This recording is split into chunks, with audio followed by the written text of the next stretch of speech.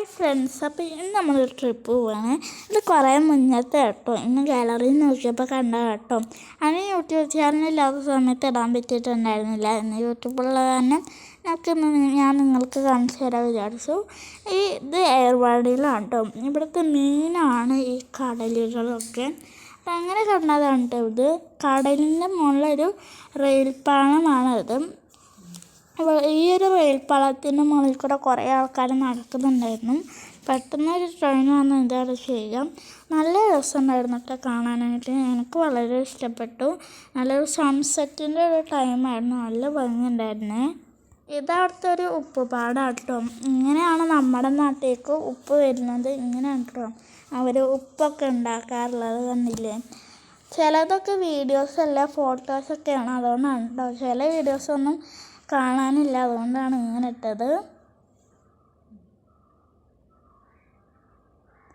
പിന്നെ ഒരു കടലിൽ പോയപ്പോൾ വെറുതെ ഒന്ന് അവിടുന്ന് ഞാനൊന്ന് ഓടി നോക്കിയതാണ്.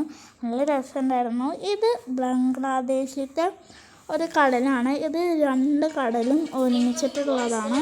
2 കടലും ഒരുമിച്ചുള്ളതാണ്. നല്ല തിരയൊക്കെ ഉണ്ടായിരുന്നു കേട്ടോ.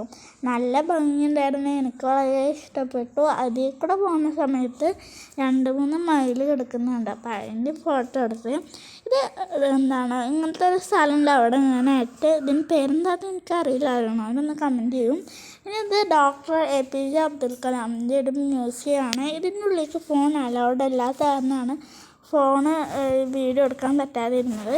കുറേ ഫോട്ടോസായി കാണാൻ ഇങ്ങനെ ഫോട്ടോ മാത്രമായിട്ട്. അപ്പോൾ അവിടെ കുറേ കാറ്റാടികളൊക്കെ ഉണ്ടായിരുന്നു. അപ്പോൾ അടുത്തൊരു വീഡിയോ ആയിട്ട് വരാം. Bye bye.